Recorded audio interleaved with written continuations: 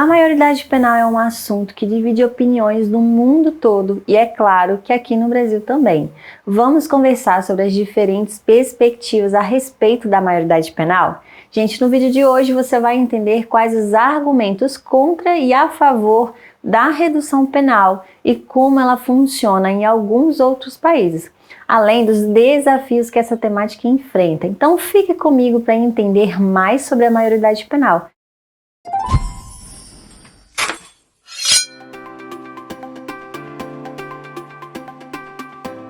Eu sou Tânia Rodrigues, psicóloga e estudante de medicina, e aqui no meu canal você vai encontrar dicas, informações e conteúdo sobre medicina, bem-estar, receitas e muito mais. Aproveite para se inscrever no canal e ativar o sininho para não perder nenhuma novidade. No Brasil, mais de 143 mil adolescentes cumprem medidas socioeducativas de liberdade assistida, semi-liberdade, internação estrita e prestação de serviços à comunidade.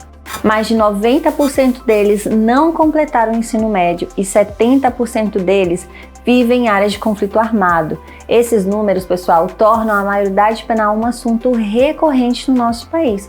Mas primeiro é importante a gente entender o que é a maioridade penal.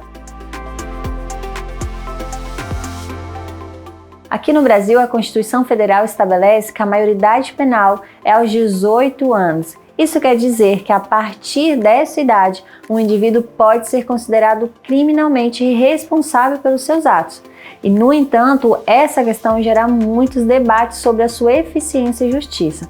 Os menores de idade são protegidos pelo Estatuto da Criança e do Adolescente, conhecido como o ECA, publicado em 1990.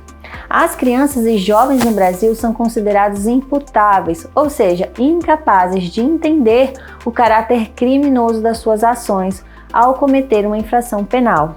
E é por isso que menores infratores passam por uma regulação especial e sofrem medidas socioeducativas a partir dos 12 anos até os 17 anos de idade. As medidas socioeducativas podem ser desde uma advertência em casos de infrações mais simples e em casos de infrações mais graves, até a internação pode durar 3 anos. Mas e as crianças?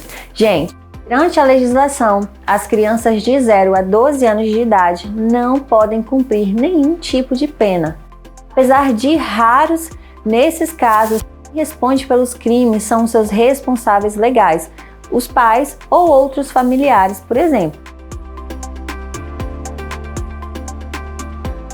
Nos outros países, as idades variam geralmente entre 12 e 21 anos, mas a maioria segue a Convenção dos Direitos da Criança, adotando a maioridade penal aos 18 anos, como é o caso da Alemanha, da Bélgica, do Canadá, Venezuela, do Chile e da África do Sul. Já nos Estados Unidos, cada estado segue a sua própria legislação e 9 deles possuem maioridade penal abaixo dos 18 anos. No Irã, gente, que segue um código penal islâmico, as meninas são responsabilizadas pelos crimes a partir de 8 anos e 9 meses de idade, e os meninos desde os 14 anos e 7 meses de idade. Já no Japão, essa idade é de 21 anos.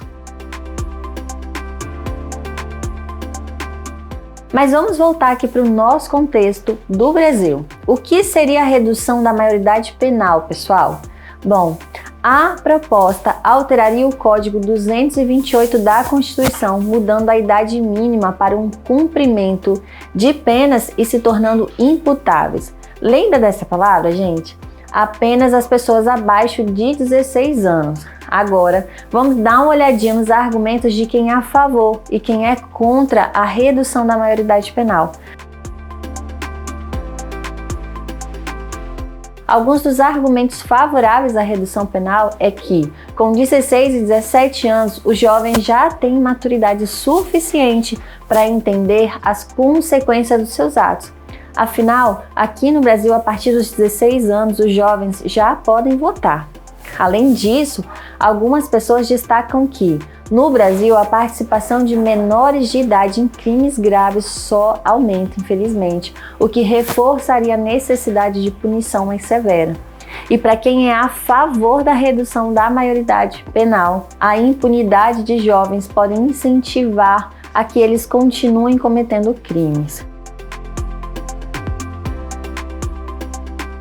Mas, por outro lado, tem pessoas que acreditam que a redução da maioridade penal não é a solução mais adequada.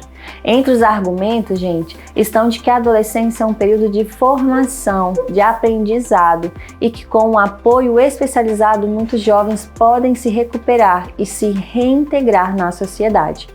Muitas pessoas dizem ainda que uma punição mais severa pode agravar a situação, tornando os jovens propensos a cometer mais crimes. Nessa perspectiva, temos outro ponto importante a se pensar. Com a redução da maioridade penal, a violência e a criminalidade seria reduzida? 54 países já aprovaram a redução da maioridade penal, só que eles não registraram a redução da violência. Além disso, o Brasil ocupa a terceira posição do ranking de países com maior população carcerária do mundo, atrás apenas da China e dos Estados Unidos, com uma taxa de superlotação que corresponde a 166% da capacidade. Esse número é muito alarmante, gente. E é nesse sentido que muitas pessoas podem afirmar que a redução da maioridade penal pioraria a situação do sistema prisional do Brasil. Mas, do ponto de vista médico e psicológico, gente, o cérebro humano ainda está se desenvolvendo durante a adolescência.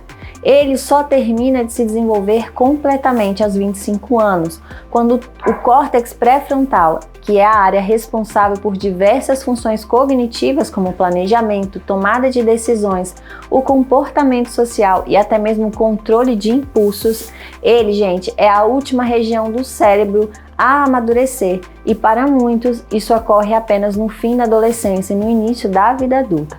Então, Tânia, o que pode ser feito? Existem outras alternativas à redução da maioridade penal?